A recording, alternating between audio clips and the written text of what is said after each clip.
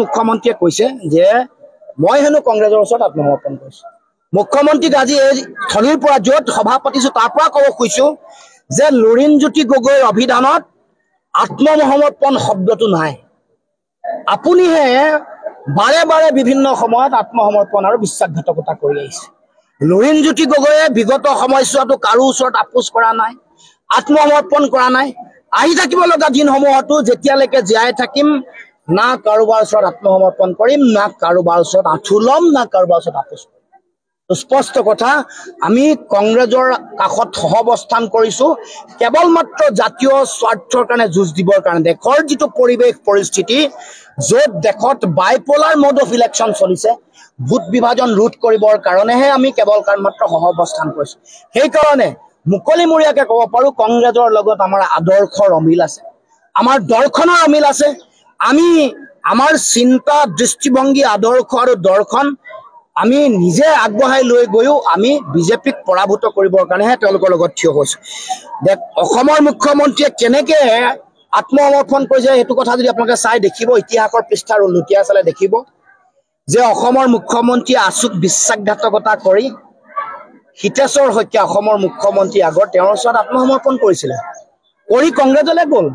বহুদিন কংগ্ৰেছলৈ যাওঁতে তেওঁৰ যিটো অবৈধ বাংলাদেশ যিটো প্ৰীতি, অবৈধ বাংলাদেশী বা বিদেশী প্ৰীতি, সেইটো আমি দেখিবলৈ পাইছো কেনেকে কি কাম কৰিছিলে, কি নকৰিছিলে। তাৰপিছত তেওঁ যেতিয়া হাৰদা লুই বাজাৰ কেলেংকাৰী তদন্তৰ গতি এটা লাভ কৰিলে, তেওঁ জেল যোৱাৰ, তিহাৰ জেললৈ যোৱাৰ পৰিৱেশ আহিলে, তেওঁ তাৎক্ষণিকভাৱে আত্মসমৰ্পণ কৰিলে। তেওঁ বিজেপি, RSS, ৰাম মাধৱৰ ওপৰত আত্মসমৰ্পণ কৰি বিজেপিলৈ দৌৰি দৌৰি গ'ল।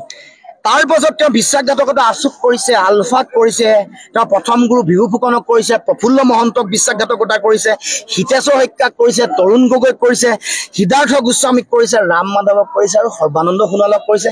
এইটো কথা মানুহে দেখিবলৈ বাকী নাই। দ্বিতীয় কথা, আৰু কেইটামান কথা যদিও কথাবোৰ দীঘলীয়া হৈছে কৈ যাব খুজিছো। তিনিটা কথা কৈছে যে জাতিৰ কাৰণে যিবোৰ ভাল কাম কৰিছে সেইবোৰৰ বোলে প্ৰশংসা নকৰিলেও মই বাধা দিব নালাগে। দ্বিতীয় তেওঁ কৈছে যে মই হেনো লাজ পাব লাগে। তৃতীয় কথা মোৰ হাও লাগিব বুলি কৈছে। আৰু চতুৰ্থ কথা এফিডেভিট দিয়াৰ কথা। গোটেইকেইটা কথাৰ উত্তৰ আপোনালোকক সুযোগ পাইছো কাৰণে দি থৈ যাব খুজিছো যে আপুনি কৰা ভাল কামৰ তালিকাখন দিছো। মুখ্যমন্ত্ৰী ডাঙৰীয়া, আপুনি এনেকুৱা কিছুমান কাম কৰিছে, এতিয়া খিলঞ্জীয়া মানুহৰ 49,000 বিঘা মাটি আপুনি আম্বানী, আদানী, ৰামদেৱ, SR গ্ৰুপক দি দিবলৈ ওলাইছে। 49,000 বিঘা মাটি, ইয়াত কোকৰাঝাৰ পৰ্বতজোৰা হওক, ডিমা হাছাও হওক, কাৰ্বি আংলং হওক, বৰদুৱাৰ হওক, গোলাঘাট মেৰাপানী হওক, এইবোৰত আপুনি মাটি ভেটি দিবলৈ ওলাইছে। আপোনাৰ দিনত 8,066খন বিদ্যালয় মৃত্যু হৈছে। আপোনাৰ দিনত আটাইতকৈ জন্ম হৈয়ে মানে মৃত্যু মুখত পৰা সন্তানৰ যিটো হাৰ, সেইটো ভাৰতবৰ্ষৰ সকলো ৰাজ্যৰ ভিতৰত আটাইতকৈ বেছি, এভাৰেজ হাৰতকৈ বেছি। বেলেগ ৰাজ্যবোৰত যিটো গড় হাৰ সেইটো 20 গৰাকী মানুহ মৃত্যু মুখত পৰে, আপোনাৰ ইয়াত 22 গৰাকী মৰে। 0 পৰা 5 বছৰত মৃত্যু মুখত পৰা শিশুৰ সংখ্যা দেশত 30 গৰাকী, আপোনাৰ অসমত 35 গৰাকী মৰে। ড্ৰপ আউট মানুহ যিটো ছাত্ৰ ছাত্ৰীৰ সংখ্যা দেশৰ ভিতৰতে অসমৰ স্থান দ্বিতীয়। এইবোৰ আপুনি কৰা কামৰ উদাহৰণ মই দিব খুজিছো। গতিকে এয়া আপোনাৰ ভাল কামৰ উদাহৰণ। আপোনাৰ দিনত 27খন টুল গেট অসমত গঢ়িব খুজিছে, 9খন আছে আৰু 18খন বনাই আছে। Smart meter 64 lakh smart meter আম্বানীৰ হাতত অৰ্পণ কৰিছে 64 লাখ পৰিয়াল। তাৰ লগে লগে 55 বছৰৰ কাৰণে বিমান বন্দৰ আদানীৰ হাতত আপুনি দি দিলে। তাৰ লগে লগে আপোনাৰ দিনত 31 লাখলৈ নিবনুৱা বৃদ্ধি হ'ল। আপোনাৰ দিনত ধাৰ 1,74,000 বৃদ্ধি হৈছে। যোৱা এই বছৰটোৱে অলপ দিনৰ আগলৈকে 12,455 কোটি টকা, 12,455 কোটি টকা আপুনি ধাৰ ইতিমধ্যে লৈছে। এয়াই হ'ল আপুনি জাতিৰ কাৰণে কৰা কাম। উৰিয়াম ঘাটত তেওঁ উচ্ছেদ কৰিছে, মোক কৈছে যে উৰিয়াম ঘাটত হেনো মই এফিডেভিট দিব লাগে আদানীক মাটি দিম বুলি, মানে তেওঁ আদানীক মাটি দিব বুলি তাত মই এফিডেভিট দিব লাগে। মই আপোনাক কৈছো আপুনি বেছি দূৰলৈ যাব নালাগে, আপুনি মোৰ ওচৰলৈ আহক। মই বেছি দূৰলৈ যাবলৈ মানা কৈছো। গোলাঘাটৰ ফলঙনিৰ বীজ পামলৈ আহক। আপুনি 75 বিঘা ৰামদেৱক নিদিওঁ বুলি মোক এফিডেভিট কৈ দিয়কচোন। আপুনি কাৰ্বি আংলঙলৈ আহক।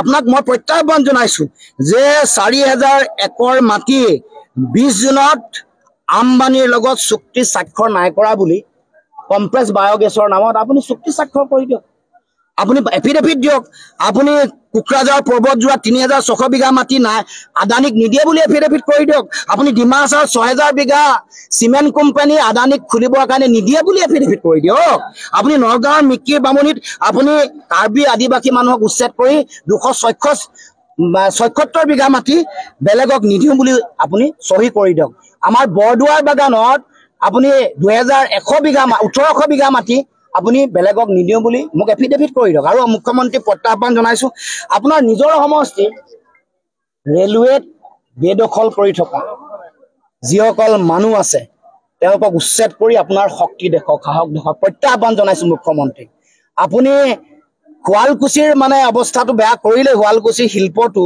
অৱস্থা বেয়া কৰিলে আপোনাৰ দিনত আপুনি জালুকবাৰী ৰেলৱে মাটিত যিসকলে বেদখল কৰি আছে তেওঁলোকক উচ্ছেদ কৰাৰ দমটো দেখক আৰু কাৰ্বি আংলঙৰ উত্তৰ বৰবিলত উচ্ছেদ কৰাৰ মুখ্যমন্ত্ৰী যদি দম আৰু সৎ সাহস আছে মোক এফিডেভিটত লিখি দিব যে ইয়াত উচ্ছেদ কৰিব তেওঁ কৈছে যে অসম চুক্তিৰ পিছত বিদেশী উচ্ছেদ কৰা বা খেদা তেওঁ একমাত্ৰ ব্যক্তি গতিকে এই ক্ষেত্ৰত কি একমাত্ৰ মুখ্যমন্ত্ৰী বিদেশী উচ্ছেদ যদি কৰিছে কিয় কৰায়ত্ব নাই কৰা সেইটোৱে মৌলিক প্ৰশ্ন কিয় মাটি দিছে ধুবুৰীত উচ্ছেদ কৰা বিদেশীক এক কথা মাটি দিম বুলি কৈছে 50,000 দিম বুলি কৈছে আপোনালোকে সংবাদ মাধ্যমত বাতৰি পৰিৱেশন কৰিছে গৰুখুটিত যিসকলক উচ্ছেদ কৰিছিলে তেওঁলোকক 1 বিঘাকে মাটি দিলে ক'ত দিলে গলগাঁৱত দিলে কাজিৰঙাত যাক উচ্ছেদ কৰিছিলে তাক 14 কোটি 72 লাখ টকা দিলে মই এইবোৰতো তথ্যৰ ওপৰত কৈছো আৰু বটদ্ৰবাত যাক উচ্ছেদ কৰিছিলে হাতৰ পৰা 12 লাখ নে 15 লাখ টকা দিলে গতিকে এইবোৰ আপোনাৰ মোৰ টকা পইচা নহয়